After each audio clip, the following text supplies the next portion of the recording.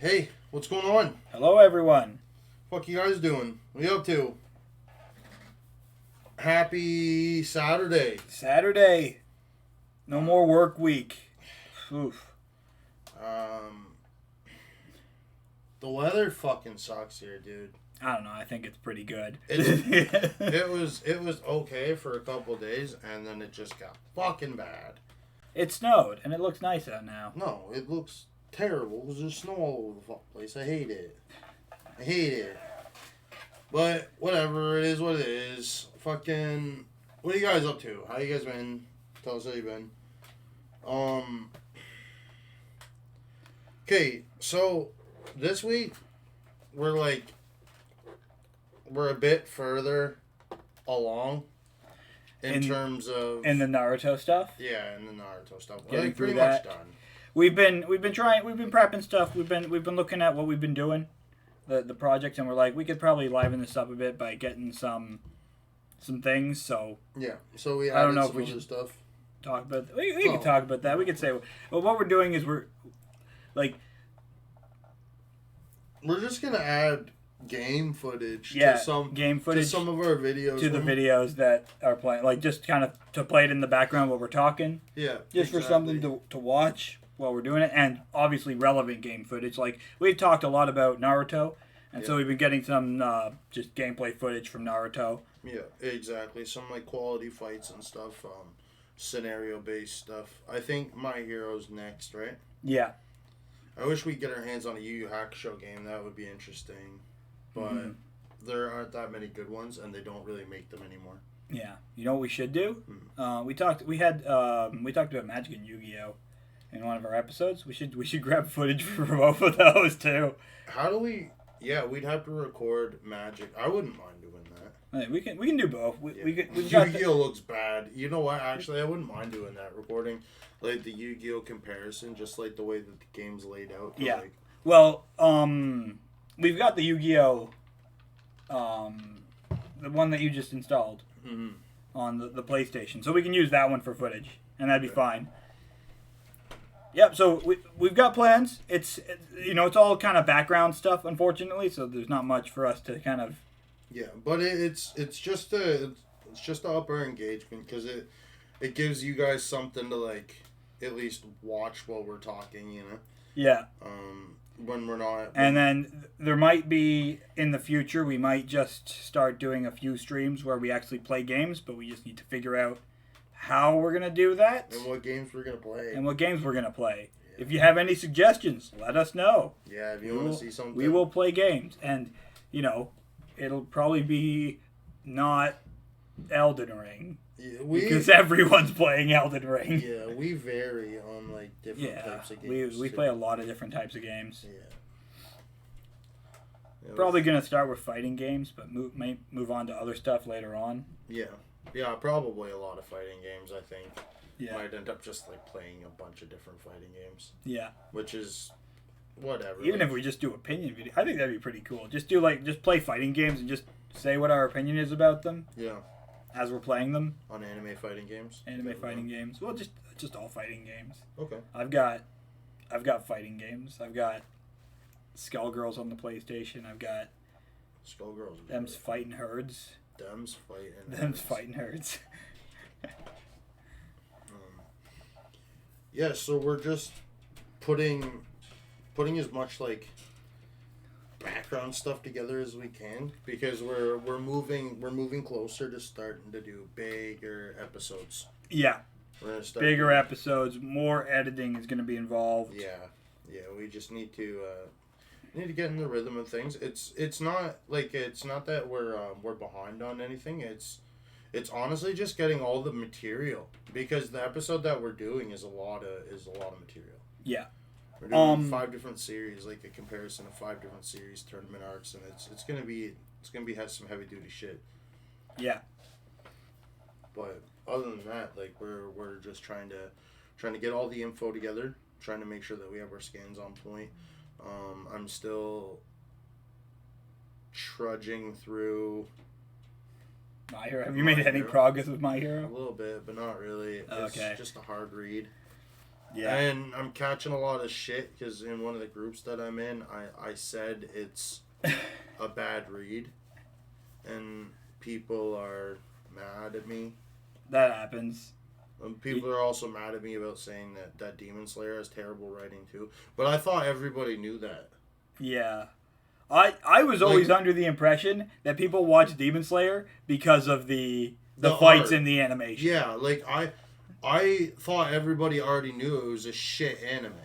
Yeah. Other than like just looking good. You know what I mean? Yeah. Like I thought like we were all in the know about that. But there's some people out there that are in you're always going to come across people who think that something's better than it is. Well, one, think that something's better than it is, or two, like something even though it's not actually that good. Yeah. Generally speaking. Like there's gonna be diehard fans of every single medium or every single media. Sorry. But the hype, the hype around Demon Slayer is fucking terrible, and it's such a boring series. There's a lot of hype around it. Like people love it. Yeah, I think it's new people. Like okay, when people are just getting into something for the first time, you see numbers grow, right? Yeah, and you see that every once in a while. So you think it's a lot because I think it's just new people. I think it happened to Attack on Titan too. People that never watched anime before jumped into and then pretended to be fucking anime fans from the start. And I think it's the same with Demon Slayer. I think a bunch of fucking nerds finally got on board, started watching some anime. That's the only one that they watch. Or maybe I feel like part of it might have to do with the comic book community recently. Because the comic book community has really been going downhill, and it could just be that a lot of fans are transitioning into anime right now. Because and Demon Slayer is like it's not like super comic book style, but it does have a lot of similar tropes. Things in like it makes sense. Things like My Hero and like Attack on Titan, like like newer style anime. It's not even like because the new style, I don't even know how to explain it. Like there's like almost like the realism is there, right? But it doesn't feel authentic. Like Attack on Titan, for instance, right? The world for me wasn't like believable. For Attack on Titan? Yeah. Like like how it actually functions? Yeah. Yeah, it just didn't see there's just too many like inconsistencies in how like the people interact with each other and how they interact with the Titans and how like the rules of society works, right? And then it just kind of like once the writers started like realizing that, it put themselves in like a weird position later on. I've watched the first 2 seasons of Attack on Titan, and I got partway through the third one. I think it was only half out when I watched it, and like I don't know, I thought it was done like fairly well. I mean, there's potentially logistical problems because you have an entire city of people who are stuck in one location and can never move. And when you think about that, you're like, how do they have any resources? Right. Especially but like, that's a logistical thing that, for me, I can overlook that and still enjoy the series. I guess that's fair. I don't know. Like, I have a hard time with, like, if you're not dedicated to your illusion, then I shouldn't be. Oh, I see. You know what I mean? Yeah. If you're seeing that the writers are kind of realizing that they that they've messed up things, then it breaks the illusion for you as well. Yeah. Yeah. Absolutely. What's the word that they use? Not illusion. Investment? I want to say investment. When the authors aren't as invested in the series, so there's a lot more inconsistencies. And when I can like pick them apart, then the author should be able to do so as well. Yeah. And I mean like, you say that, but like it's hard to anticipate everything. I always come at writing from this perspective, which is if you are a writer, suspension of disbelief. That's it. Like you need to anticipate that the audience is going to kind of pick apart certain aspects, but you shouldn't expect to cover every possible outcome. Like that's just you can't have knowledge of everything. And so for me, when I'm writing, I always think how is the audience going to perceive this? Are they going to perceive this as being a plot hole or not? Or like, because I'll notice things and then I'll think, is this worth fixing? Because is it going to be a problem for most of the audience, right? And I think that's kind of where Attack on Titan sits, where it's like most of the issues that they have with the universe are things that the audience just doesn't care about, and they can suspend their disbelief for it. Yeah. And so they just kind of move on. But there are going to be people who are a bit more discerning who will notice that type of stuff. Yeah. So there is this kind of balancing act of like, because you could write a story where you perfectly create a world where there are like everything, the consistency is flawless and there's no problems with it. And guess what? It's not going to be fun for people to read because there's going to be way too much background information to fill up all of the gaps in your universe. Yeah, absolutely. So it's a balancing act. Yeah, you have to find a way to convey the information, right? Yeah, exactly. Like Dragon Ball Z did it for a very long time in a good way. Yeah. Until they didn't. Until they just, yeah. And then, like, when Toriyama started, like, doing weird inconsistencies, like making the super arc at the same time the Buu Saga was going on, and when you ask questions like, well, how come like characters don't have knowledge of these like greater beings, right? Like Beerus and Whis, and the only answer is, well, Toriyama didn't write them yet. Yeah, you know what I mean. Oh, that isn't a good excuse. Yeah, I don't buy that shit. I'm gonna say that feels you didn't think that out. It feels like you rushed it out. You wanted some money for that your is IP. exactly what it is. Yeah. That's exactly what it is. Because like I'm writing a story, but that story has it's got crossovers with other stories, and I've already planned out how all the crossovers interlink. Right? I've already got that all planned out. So I know at what time the characters will know what information. Yeah. And that's something that's very important before you start writing. Like, because here's another thing when it comes to writing. This is a bit different from what I was talking about, but I just want to address it. A lot of people are going to say you don't want to spend too much time in pre-writing because you will get stuck in, I forget what they call it, but basically... you will spend all of your time building your world and none of your time actually writing a story. But this, planning out your story, for some people, is very important. It does, I will say this, some stories work when they're not planned, because like there is this kind of, I don't want to say debate, but it's a philosophical thing when it comes to writing, where either you're a writer that plans out your story heavily and then writes everything after it's planned out, and then it's called pantsers.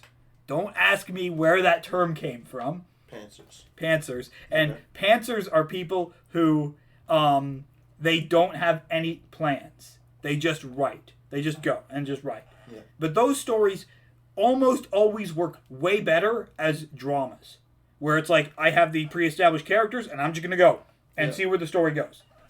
It works great for dramas like high school dramas and stuff like that. Like soap operas and shit. Yeah. Yeah. Yeah, and like anything kind of in that sort of space. Mm-hmm. It doesn't really work when you're going to have like really... When you already have a pre-established world, you can't... Yeah, especially if you have a pre-established world. Especially if you're writing different parts of the story at different times. Yeah. Like, if you're the kind of writer, and there's writers like who are like Toriyama could have had the option because Super is supposed to happen after the Buu Saga, right? No, it's supposed to happen during. That's why there's Fat Buu in the tournament. Oh, that's weird. Yeah, I know. Okay. And Toriyama chose to do that. Yeah. Right. And then when people ask about it, the fans get mad. And they answer with stupid questions. Well, obviously, Toriyama hasn't fucking written it yet. Blah, blah, blah, blah, blah. So how would those characters know about Beerus? Anyway, no, that's not the point. The point is you shouldn't be able to use that as a way to explain that away. Yeah, exactly. Toriyama should have found a way to... It's called the meta argument. It doesn't work in that scenario because you can say, oh, the author didn't know that yet. And it's like, well, he should have. He's writing it. Absolutely. Absolutely. Especially when these beings have prior knowledge of other beings. Like Beerus had knowledge of Frieza. Yeah. It's you know what I mean? Things like a good example of like a meta argument for things is like when you see continuity errors in like a live action series where it's like, hey, let's use Lord of the Rings as an example. They actually fixed this, but they actually gave Gandalf the wrong staff for half of the shooting. and they didn't notice until after. So he had the wrong staff in a bunch of the scenes. Yeah. And they just digitally altered it in post because, they can do that. But that's one of those things where it's like you've already shot it all with the wrong staff. And if they didn't fix it, if they didn't catch it, it would have just been released like that, where he had the wrong staff for half the time. Yeah. Now, you could, that's a situation where it's like, it's a mistake. We didn't mean to do it. And it's something that you try to it's not world breaking though. Yeah, it's not world breaking. You try to cover it. You have literally a person. They're called the continuity specialist on set to try and catch those things. Yeah. And some things will still get through, and even if it did, it wouldn't break the narrative. Yeah, absolutely. It's a minor thing, but if people were complaining about it, you can say, well, it's obviously a mistake made in the production phase, and they never fixed it. And with those types of works, you can't just go in and, after it's been released to, theaters and on DVDs and stuff, they're not just going to go back and go, here's the new DVD with the fixed one thing. Yeah, here's the stick. Yeah. The one with the right stick, yeah. It just... But the meta argument, it just doesn't work when you're like, oh, the author just didn't know. It's like... Yes, he did. He should have. It's not that he did. He should have. Yeah. If he didn't know, he should have... Because it means that he's not planning nearly as far ahead as he should be. Yeah. Right? He's changing the narrative as he goes, which is really bad when you have two parallel narratives happening. That's especially bad then you'll have a lot of contradictions when one narrative changes the direction it's going and the other one doesn't. All of a sudden, the narratives don't line up anymore. The problem is that Dragon Ball Z itself wasn't that deep or complex. No, not really. And by them trying to make it deep and complex, they made it worse. Because they added too many plot points. Or too many plot holes. The whole Tournament of Power idea, the whole idea of Super is a stupid idea. Putting that in... The idea of Beerus and all of those characters, clearly Toriyama made them for money. Oh, yeah. You know what I mean? Yeah. And that is not a good reason to keep a series going. 100%. Because there's just, the spirit bomb inconsistencies.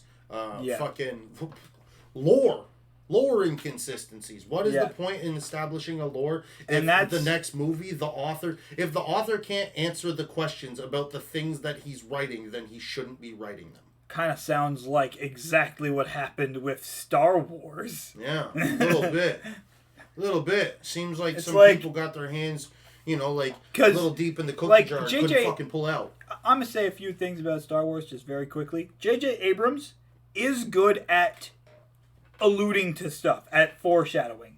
The problem is that the next director that they got to do it looked at all the foreshadowing and went, nah, I'm just going to do my own thing.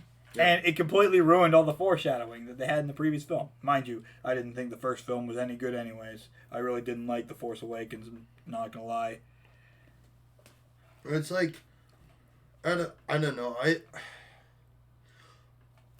My girlfriend, I'm trying to get her to, I'm trying to find, series to watch, right? Yeah. Her and I were, looking for even, an anime series to watch to go through. And, my choice is, I'm in this, weird bubble where everything, prior to 2015 is, decent. And then everything after is just hot garbage. So, what do? Pretty much everything after One Punch Man's shit dick ass. And One Punch Man's that line where it's I still don't know about you, motherfucker. You know what I mean? I'm not a One Punch Man fan. No? No. But you're the one who got me into it. Yeah, but I'm not a One Punch Man fan. I'm not. No, I didn't get you into One Punch Man. Yeah, you did. No, you were watching One Punch Man before. Nope, you're the first person who showed or told me about One Punch Man. No, because you already watched the first season. This was a long time ago. Oh, really? Yeah. Oh, when it first came out? Yeah, when it first came out, because I didn't watch it for a while. And then, I think you told me about it, and I didn't really know much about it at the time. Yeah. And then, later on, my roommates in Ottawa ended up talking about it again. And then I ended up watching it by myself later on. Yeah, it could have been a debate topic I brought up or something, but I've never been I'm not a detractor. I'm just not. heavily invested. I really like One Punch Man. I think it's a really good show. Like I like the art style. Did you watch the other one that the same guy did? The Psycho 100? Oh, yeah, Mob Psycho. Mob Psycho, that's it. I get those two. What's the 100 one that I keep thinking of? Anyways, yeah, I get the two different things mixed up. But yeah, it's Mob Psycho. Yeah. No, it is. It's Mob Psycho 100. Yeah. Okay. But yeah, like I don't know. It's hard because I won't invest in an author that won't invest in his own shit. Yeah. And Toriyama, like, the cool thing about Dragon Ball for me when I was a kid is it was this, like, badass fighting anime. You know what I mean? Big explosions, cool hair, mediocre drama. You know what I mean? Yeah. There's some solid melodrama, some good music. But overall, it was a really cool fucking badass fighting anime.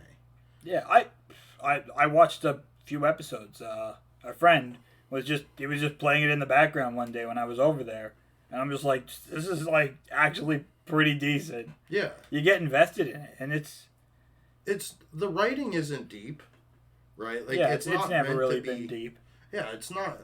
It's meant to be like you could walk, like you could pick it up and put it down. And pick it up and put it down. That's okay. You know what I mean? Say something. Especially with the recaps at the start of how everything used to be. Back when serialization was a thing and we didn't have streaming services and things weren't released all at once, every episode needed to stand on its own and grab your attention. Mm-hmm. You needed to be invested every single episode. Yep. And shows were... Because ratings mattered, man. Shows were so good at doing that. Yep. Back in, like, early 2000 and the 90s. Because writers wanted to be writing. Yeah. Like, it wasn't about money. It was about getting their IP out. Yeah. And now the IPs are already out, and the owners are just shoveling them into the fucking ground for no reason. Yeah, yeah. Well, it's not the writers, though, it's the owners, because a lot of these times when you get these... Toriyama wrote the fucking... isn't doing, like, Dragon Ball any favors. Yeah, but you know what I mean? The guy that... He doesn't... Is he just the writer, or does he own it still? I'm pretty sure. Because sometimes when I'm pretty sure he's like an owner and has... Oh, okay. Still has creative control, right? Yeah, yeah. Because that's like, one thing I always want to check when it comes to these types of conversations is, does the writer actually have ownership of the product? Because a lot of the time when you you take your IP and you go to a publishing or like some type of like large publisher to get it released on whatever publishing service they have, mm-hmm. They don't.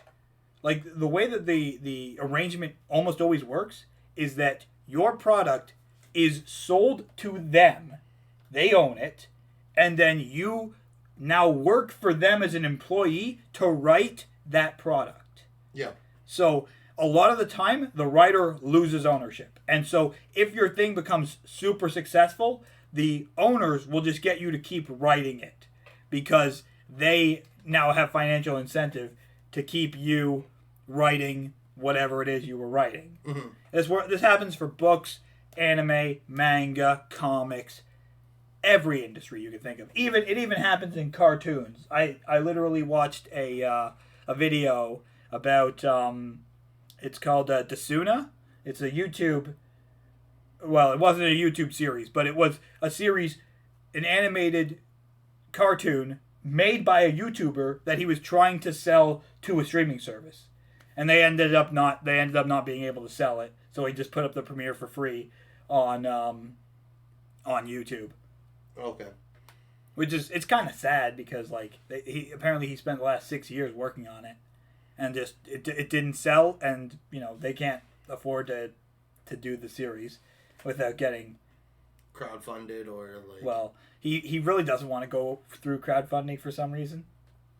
It's weird. It is a bit weird, but he like wanted to sell that corporate money. Yeah, it does kind of sound that way, but he's going back to YouTube, and he released it on YouTube. Crowdsource, get your shit off the ground. Yeah, and like I mean, he's like that's what it's you guys probably heard of this guy. It's Dolan. It's Danger Dolan.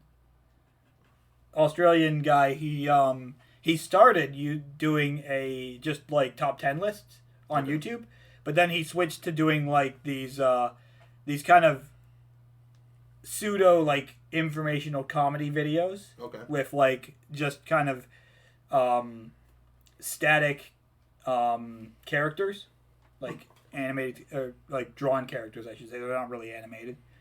And yeah, they were just doing that for a few years, and then they went and tried to do this this whole cartoon thing. Which, by the way, it turned out really nice. Like it's pretty good. You should check it out. Maybe we'll put it in a link somewhere. Okay, yeah, we can definitely link it on the stream. I don't know if I can link it on the stream or not. I don't know how to do that. We'll put it in the descriptions anyway. Yeah, we'll put it in the description because I think more people need to check it out. Like when I saw it, it was already several days old and it had like 20,000 views or 40,000 views, something like that. And it's like, yeah. I feel like it should have got more. I just feel like there's no accountability in writing anymore for bullshit. Yeah, you can just kind of do whatever. Yeah. Like there's just like it's coming to a head though. Right, the writing, like just kind of every single writing industry, with the exception of manga. I'd say manga is still pretty stable, but every industry right now is kind of on a downward trend, and independent is on an upward trend. Well, like we kind of see that. Again, there's too much money in studios and too many lazy people. Yeah.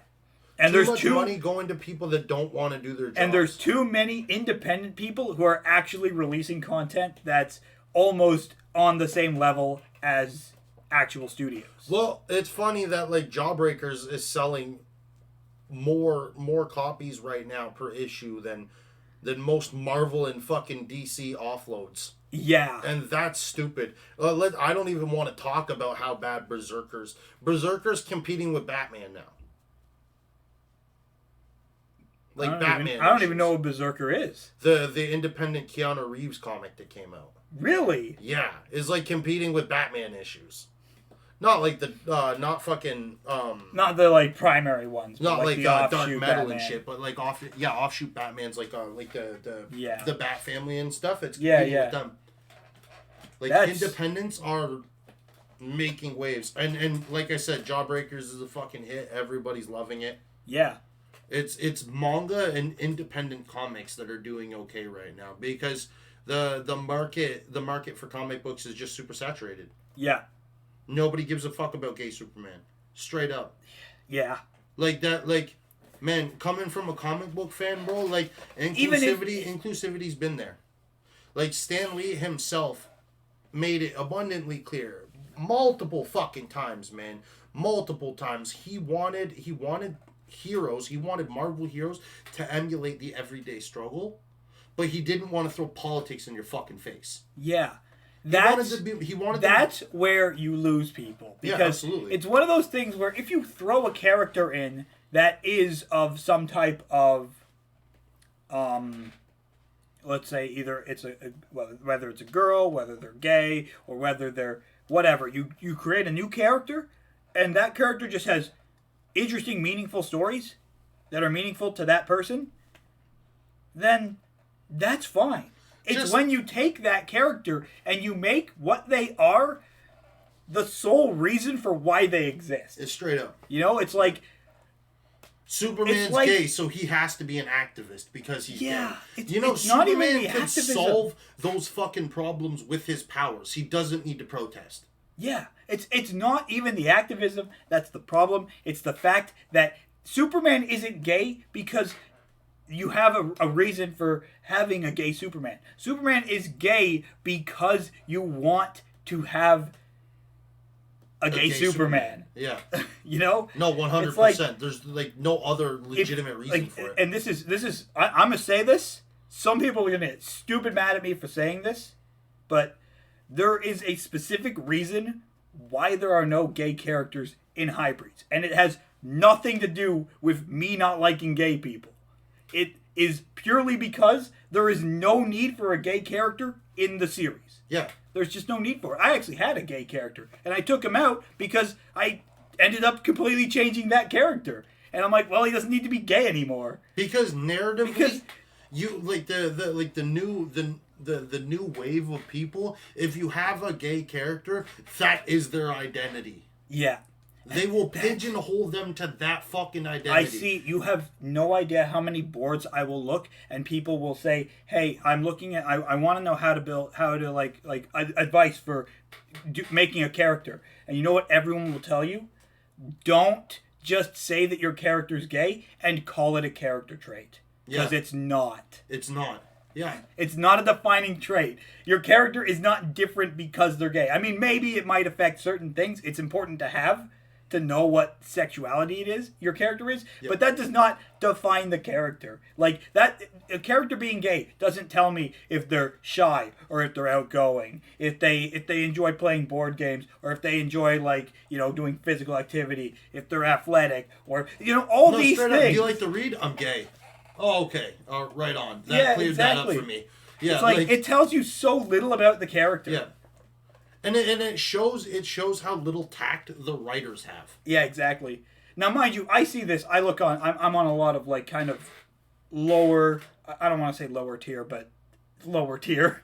Like, I'm in communities that are very small, and smaller communities usually have a lot of newer writers in them. Mm-hmm. Whether it's like I've been on fanfiction.net for a bit. I was on Pixton for a while. And you'll see people make character sheets that are very rudimentary. They don't really have much information on them, because you can kind of tell that the people who are writing them, they're younger, they're kind of more beginner writers. Yeah. And it's okay to kind of make those kind of mistakes.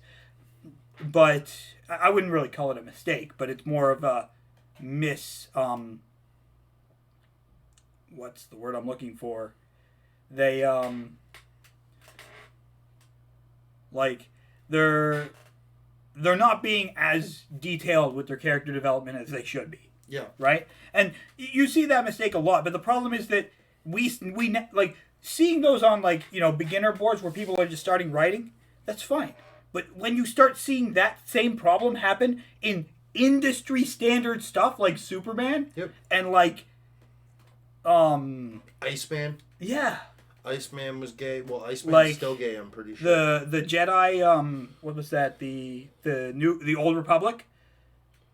No, not the Old Republic. No. The High Republic. The High Republic. Yeah, the High Republic had that problem. What, gay Jedi? No, not gay Jedi, but like just the character templates were so basic. I heard you couldn't figure out anything about the characters by looking at them. And it's like, what do your writers do if you have a bad character sheet? I'm pretty sure it was like Ethan Van Sciver or one of the... I'm probably wrong, but I watched a video a while ago on the writing of the High Republic and like the first like 6 issues or something, and it is bad. Yeah, I've heard that. It's not written by people that understand Star Wars. Yeah, or that understand writing comics. maybe even if they do have like prior history in comics, they're not the type of comic that translate to Star Wars. Yeah. They didn't write action comics. That's for fucking sure.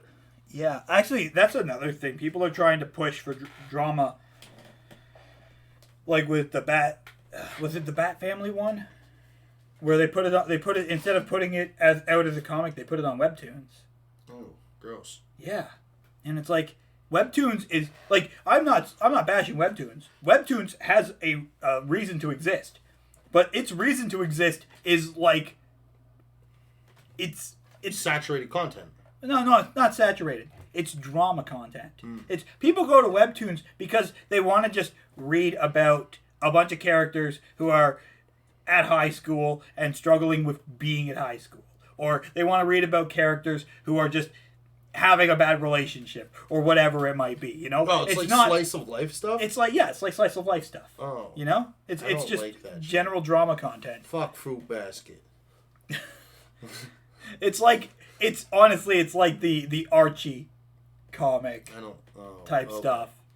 And like there is a huge market for that. Like Archie's been around forever, so there's obviously a market for it.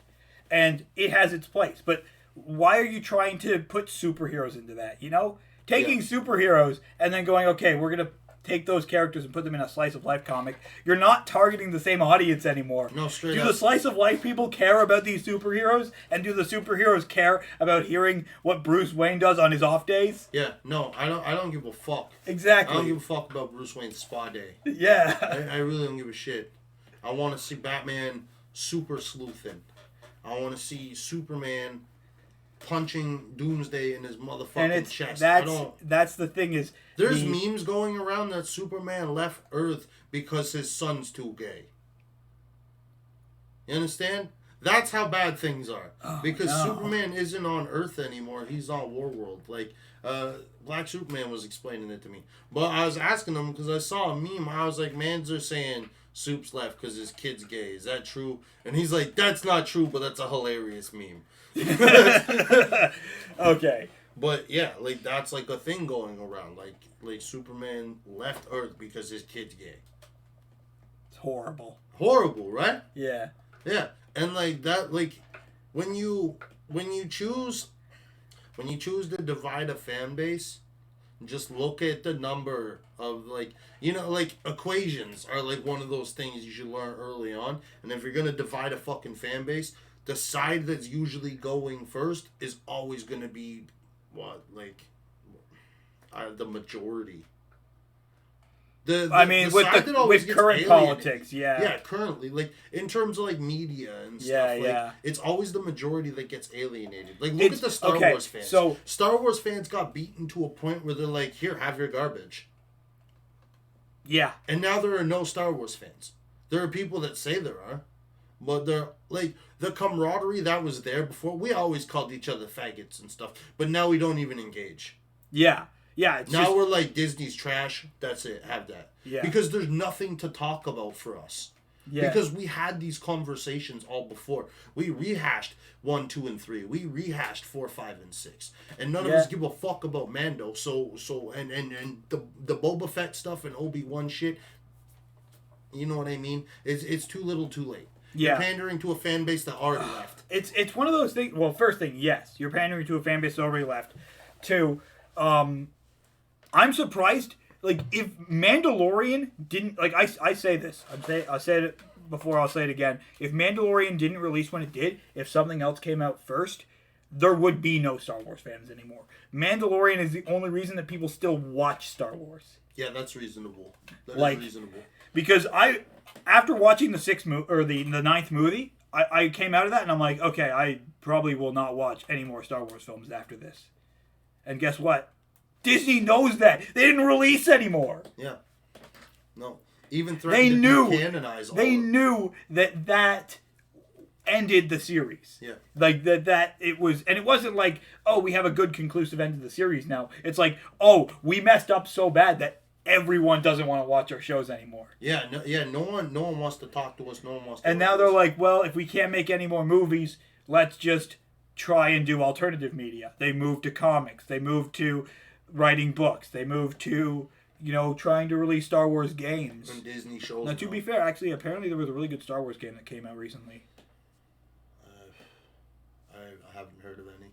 I heard, it was just a single-player game. It wasn't multiplayer. Just one player. The fucking... It was a while ago, though, right? Yeah, it was a while ago. Okay, it was I know which one you're talking about. Yeah, it was like Fallen Order or something. Yeah, Fallen Order. It's Star Wars Dark Souls. Yeah. Yeah. It was shit. Really? Yeah, it was shit. I heard everyone saying it was great. It was terrible, dude.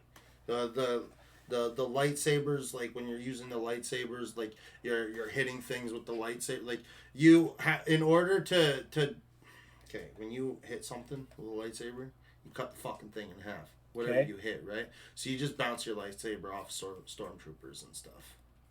Like, they're like... Oh, okay. Yeah. It's a little bit weird. It's really weird. Like, dynamically, it doesn't make sense.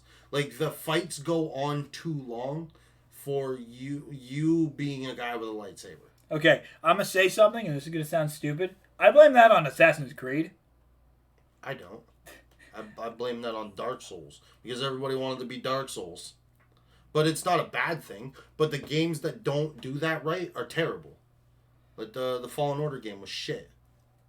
Just the focus was wrong. The idea, you don't hit things with a lightsaber more than twice, dude. If you hit someone with a lightsaber more than twice, they're in 50 million fucking pieces. And Stormtrooper armor is not designed. Well, not Stormtroopers. There is armor that actually can deflect lightsabers. That's canonical. Armor. Yeah, Mandalorian armor. Yeah. Also, the armor Darth Vader had. Yeah, it was like no, not really. Yeah, you can actually see it. You can actually see that Luke's lightsaber deflects off of Darth Vader's armor. It absorbs some of it, but Vader's armor was built so shittily. Like Palpatine, when Palpatine put him in the armor, constantly put him in the armor under had him put under in the armor, and the armor is like incredibly terrible armor. It's not like great. It's supposed to it's supposed to be bad and keep Vader in a constant state of pain and anguish. I have heard that. Yeah. But that doesn't mean the armor is bad. It's not great quality.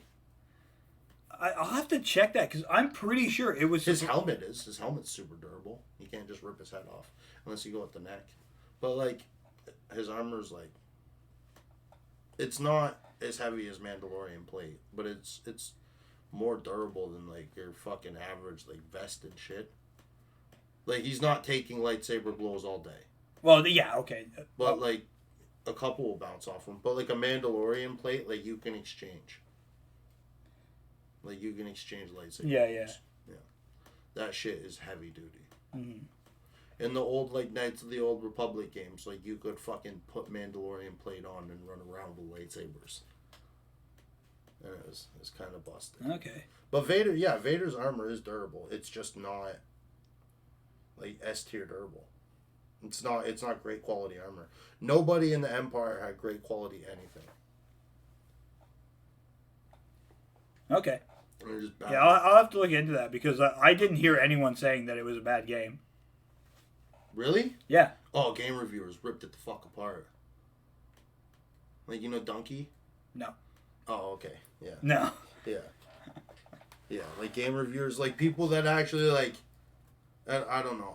From what I've seen anyway, I seen very little good things about the game. It was very repetitive. The mechanics were really clunky. The story was kind of ass. Maybe we're not talking about the same game then, because I've had the exact opposite experience where I have heard very little bad about the game. Fallen Order. You're talking about the Star Wars game with the ginger kid, right? He's a ginger kid. I don't remember him being. It's ginger. The last single player Star Wars game that's came out. Yeah, probably then. Yeah, here I'll show you it. You know what I blame this on? Echo chambers. Although most of the guys that I watch are they've been really upset about Star Wars recently. Now, mind you, I wouldn't say that it was this game.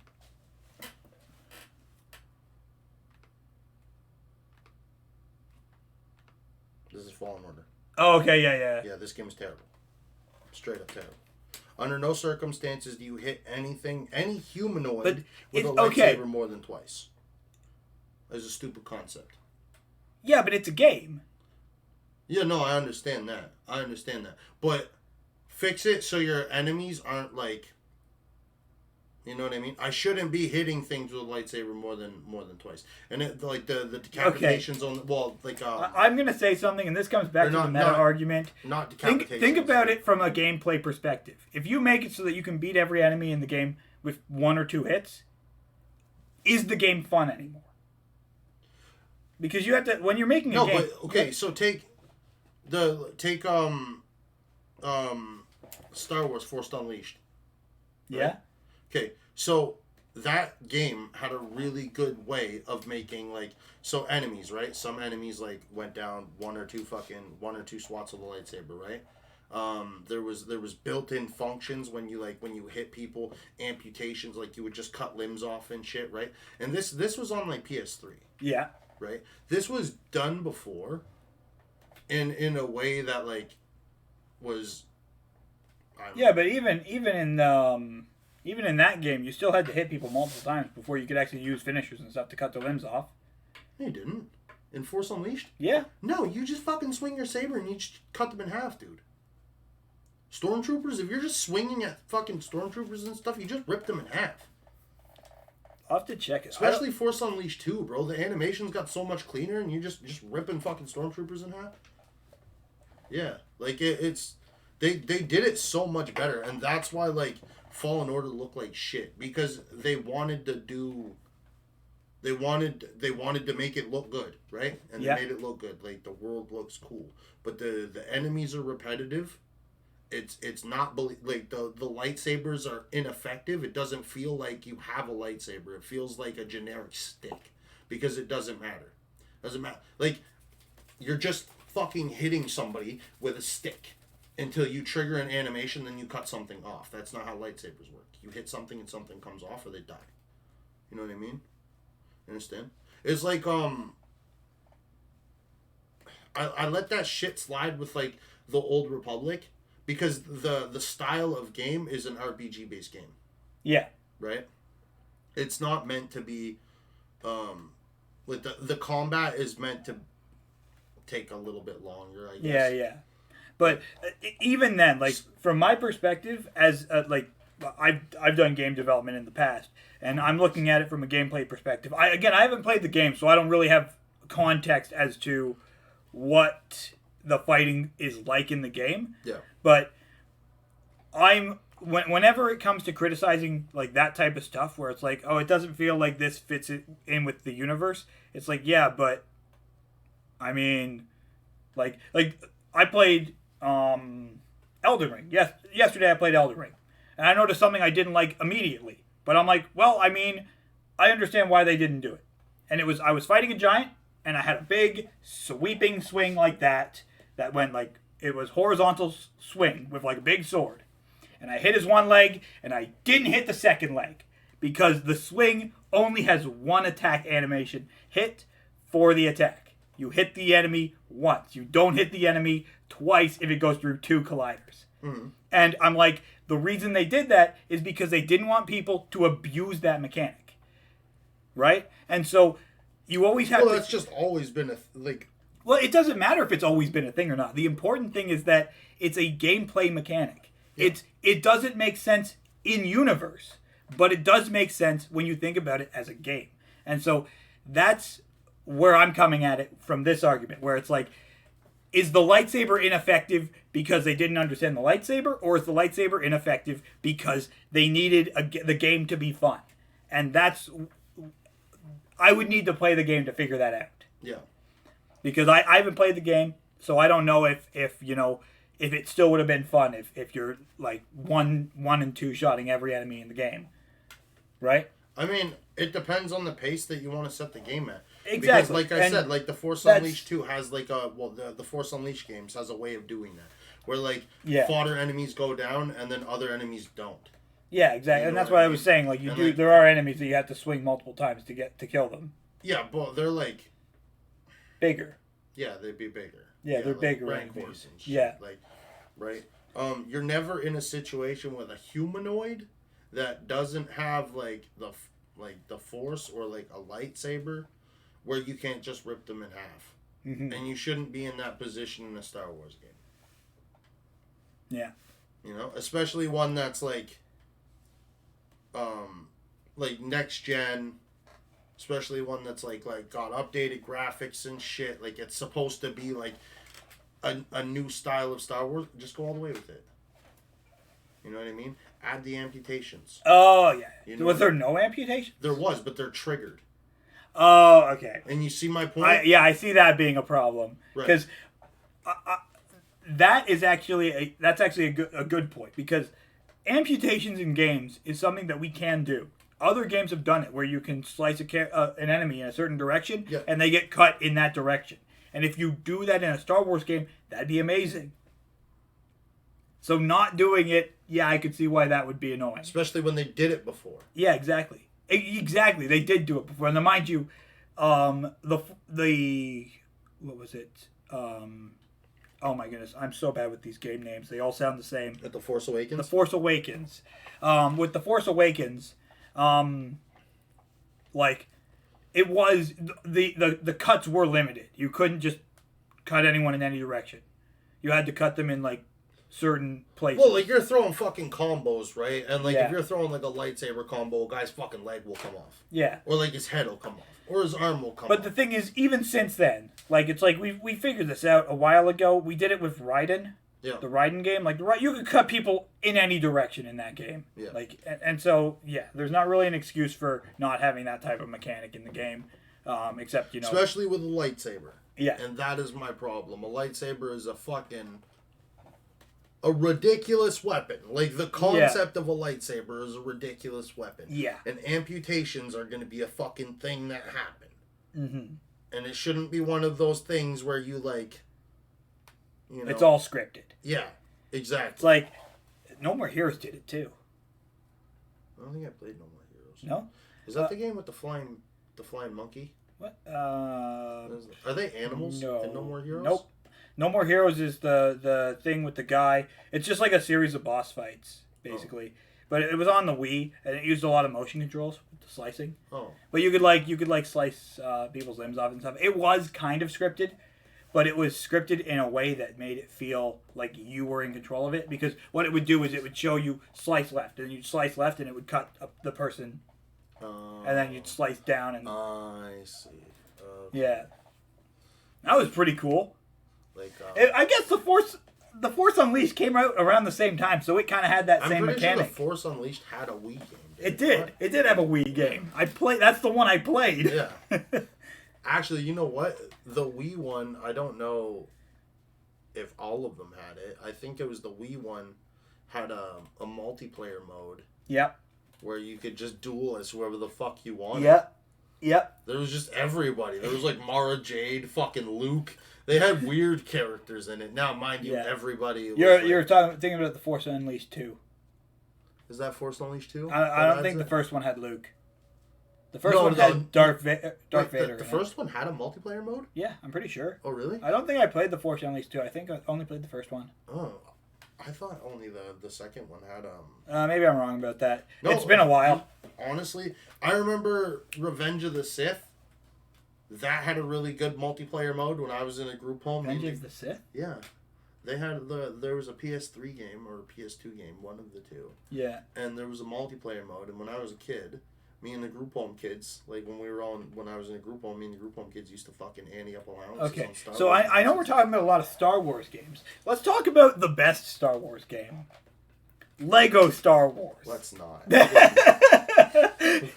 That's not true at all, and he doesn't mean that. No, I don't really mean it, but I kind of do mean it. Knights of the Old Republic 1, arguably, and Battlefront 2. Star Wars Battlefront 2. The original. Battlefront 2? Oh, the original, before they re-released it. Yeah. I was going to say, Battlefront 2! Yeah.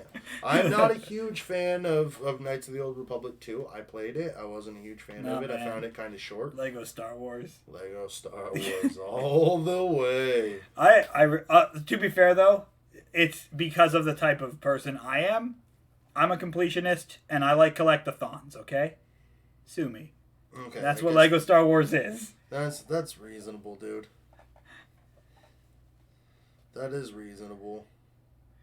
Although I haven't played that many Star Wars games, I'm gonna be completely honest. I haven't played the Knights of the Old Republic. I've only played you're missing out. An hour of the Force Unleashed.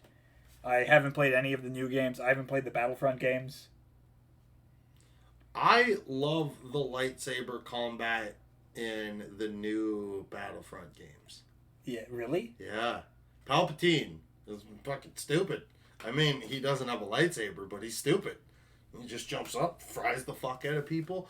It's actually really interesting the way that they designed it. There's a counter system, there's a parry system built in. Yeah. There's a really intuitive dodge system, the way that you use your force abilities, counter striking. There's a fucking counter striking system.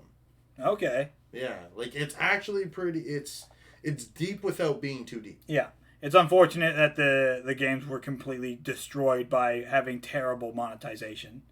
Yeah, absolutely. But the modding community is keeping it alive because there's no maintenance on the servers anymore. So the modding community has been keeping the online servers going with that's pretty cool. new character designs and all that good shit. So, I mean, I'm happy with that. I can't complain about that. Yeah. For the new Battlefront games, they've already shut down the servers? Oh, yeah. They shut them down like a year and a half ago. Those came out only like a few years ago. Battlefront 2. Yeah, they... or not they... Sorry, they didn't shut down the servers. They shut down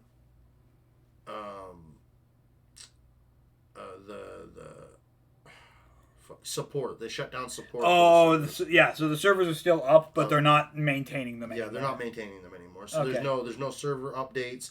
You have what you have. There's going to be no more new characters. Yeah, that's actually fine because a lot of games do that where they're like, well, we'll keep the servers up, we'll keep paying for the servers, but we're not going to be releasing any additional content for the games, and we're not going to be releasing any server maintenance or whatever else. That's an EA staple. I mean, every company gets to that point. You'd be surprised. You would be surprised the number of games that still have servers up that are just like old MMOs that you've never heard of before. That's fair. Like, I'm surprised. I've been watching this guy. I'm sure a lot of the internet knows him. Josh Strifehaze, he reviews like MMO games and stuff. And some of the games he plays, he's like, yep, servers are still up for this game, so I'm playing it. Sometimes it's like fan servers. Sometimes it's like just the original servers are still up and running, even though the studio doesn't even exist anymore. I seen a meme for New World the other day. Oh, what about it? I don't know. Something about like when the servers get shut down, but you had all the coins or something. It's like this dude is just like a crying face, and is like when you had all the loot in the server, but they finally shut the servers down. Yeah, the New World's his economy is busted. It's busted. Oh yeah, you can have all the money. People found out that if you take an item that you have, like a stack of an item that you have, and you take that item in your inventory and you drag it to the same spot on the inventory, it just doubles it. It's just such a double. Is there a PvP double system too? Yeah. I love that. I'm sad it got shut down. It's still up. Really? It's still going. I thought they were shutting it down. No, what they're doing is they're merging servers because their player base has dropped so significantly. 97% since the game was released.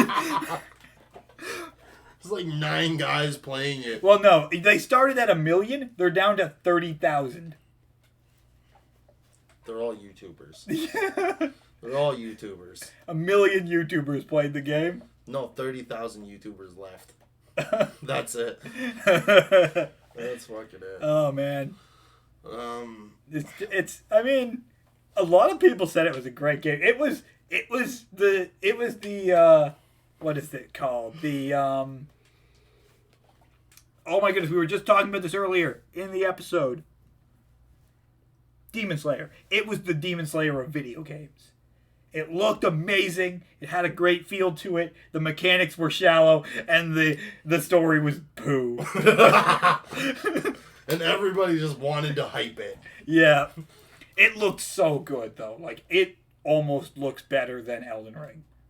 Almost. I haven't played either game, so I can't, like, officially say which one looks better. I played a bit of Elden Ring. Elden Ring looks pretty good, but New World looks pretty good, too. I mean, some of the gameplay I've seen for it just looked hilarious. Well, yeah, when you're watching, like, bugs and stuff, of course it looks hilarious. New World is just one big bug. Yeah, it was. It was every single week there was a new bug. It was ridiculous, and the developers just couldn't even keep up with it. They would patch it with another bug. Yeah, they would patch it and something else would break. It's the domino effect of crashes. Absolutely. Well, I think we ended up not talking about Naruto and talking about Star Wars. Fucking Star Wars. But that happens sometimes. Whatever, fuck. I love Star Wars as an IP. Before I don't love any of the IPs that are existing currently. Yeah. I will say that. Okay. There's one other thing I think I want to just before we close off because we've been doing some reading. Uh-oh. So, Savage got copies of the Quran. Here we fucking go. Here we fucking go. This is where we make friends. I was wondering how we were going to do this. Well, fuck, here we go. Maybe this will take an extra 10, 15 minutes. I found the Quran. Yeah, and I've been reading it, and... It's an awesome book. Like real Old Testament stuff. Yeah. I mean, we haven't really got very far in it, but it's written very differently from the Bible, first thing. It's like the Bible is very much written like a historical thing. Where the Quran is almost written like just a bunch of stuff. I want to say like prophecies. And it's strange because I expected it to be much more historical, and it's very much philosophical, yeah, and stuff like that. It's not a bad read. Well, I mean, I'm just listening to Michael being like, holy moly. Yeah, like I was... He got into the second book and was like, yeah, I don't know if I'm ready to talk. Like, I wanted to just mention that we were talking about it, but I don't know if I'm ready to... Yeah, we'll break it down. Because it's strange, because I see some stuff in there, and I'm like, okay, yeah, this is, like, very similar to Christianity. And then I see some other stuff in there that I'm like, oh. Yeah. You guys are on some stuff. And now I am impartial. I'm not religious. I have Muslim friends. I have Christian friends. I'm trying to give it the... I don't have any Jewish not the benefit friends. of the doubt, but I'm trying to be open-minded about it because, you know, I don't want to... Like, I am Christian, and I don't want to be bashing it and going, oh, how dare you be different from Christianity? But that is kind of coming out as I read it. You're not that type of Christian anyway, though. It's not... It's really like a comparison of the faith, right? Yeah, exactly. Like what you've been doing is like a comparison of the faith. Yeah, comparison of the two. Yeah, and it's a lot of it comes down to principalities. Yeah. If I'm being completely honest, a lot of it are just like, you're like, okay, yeah, we do this, and they do this, and yeah, that's pretty much what it is. Like it's. Anyway, I haven't really read very much. We're probably gonna break down some more of it. Yeah, we're probably gonna break it down more when we have like a bit more to work on. Because I've only read like the first half of this. Like the first book is only 17 verses, so it's super short. And then the second book is like very long. And I've read only like maybe the first 15, 20. Did you get to the part about Moses? What? There's a part about Moses? This whole thing is about Moses. Then no, obviously not. Okay. Yeah. Maybe, yeah. I'm probably gonna need to read more before I really kind of dive into, because I don't really want to talk about who's right and who's wrong. I just want to talk about what's different and stuff like that. What's different? What's the same? Exactly, because it's very interesting for me because, from like the Christian perspective, I read this and I'm like, there's a lot of stuff in here that's very similar to what's in the Bible. And even like through translation, I can like look at a passage in the Quran and go, that passage is like almost word for word in the Bible. Yeah. Yeah, a lot of the principles are there. Yeah. A lot of the principles are there. So far anyway that we've seen. But then there's a lot of stuff that kind of goes more to the, I want to say, extreme side of things. Yeah. And we'll just leave it at that for now. Yeah, until we do a breakdown. Okay. A thorough breakdown. So, I think that's probably good for today. Okay. We've got some stuff to do this afternoon. Yep, absolutely. Sorry that we're a bit late on this episode. It was supposed to go out at 3, but we just... Honestly, didn't realize it was 3 o'clock. Naruto. That's what happened. We were watching Naruto. And we will talk about Naruto next week, I guess, because we were going to talk about it this week, but... Star Wars happened. Yeah. Yeah, it ended up taking up the whole hour. Which is crazy. But, yeah, honestly, for everybody tuning in, be safe out there, please. I know shit's crazy.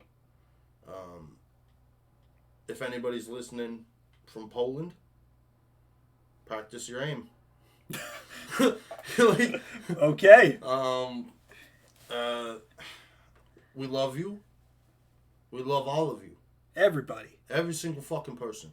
Even that hating ass motherfucker that disliked our video. That one guy? That one guy that disliked our video.